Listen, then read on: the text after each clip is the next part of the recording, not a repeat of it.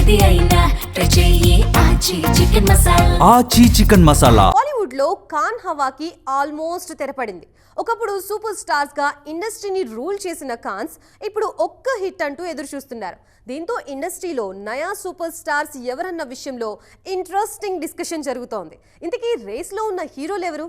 ఈ స్టోరీలో చూద్దాం.